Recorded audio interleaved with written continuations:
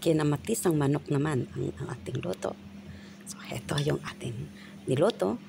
Titikman natin. Ang sarap talaga. Ayan. Approve na approve ang sarap. So, heto, mag-umpisa tayo. Bawang. Lagi ako nag-uumpisa sa bawang kasi gusto ko yung mabango. Tapos yung cardamom. Tapos yung ating cinnamon stick. Igisa natin. Sibuyas. Yan, igisa natin mabuti. Diba? Tapos ito, half teaspoon na mild curry powder, chicken seasoning, tiga half teaspoon. Iginisa ko siya. Tapos nilagay ko na yung aking manok. Minarinate ko rin ng konti yung manok. Tiga half teaspoon kaya half lang nilagay ko ngayon kasi half ang minarinate ko. Tapos ngayon lagay ko na ng black pepper. Yan. Tapos yung ating salt.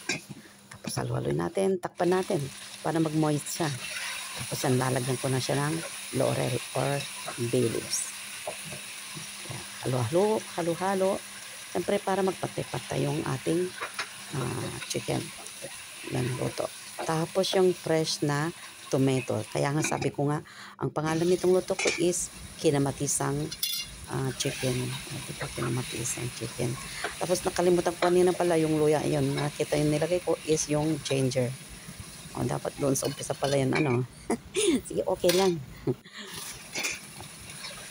Mahuli man pero ahabol din yung sarap. Diba? Nakakalimot din. Halo-halo. Tapos lalagyan natin ng konting tubig ng paglulutuan din naman niya. Ayan.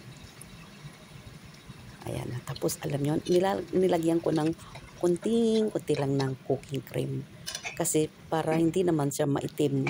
Kasi alam nyo, takot sila sa pagkain na maitim-itim dito. Kaya yan, may panakot din ako. Kunwari, ano lang, yung konti nakita nyo yun, mga 2 tablespoonful lang na, ano yun, na cooking cream. Tapos, tingnan natin. Ayan. Tapos, ayun, nakita nyo pala, nilagyan ko ng patatas, tapos nilagyan ko rin ng yung sili. Ayan, hindi ko na naipakita pala sa inyo kanina.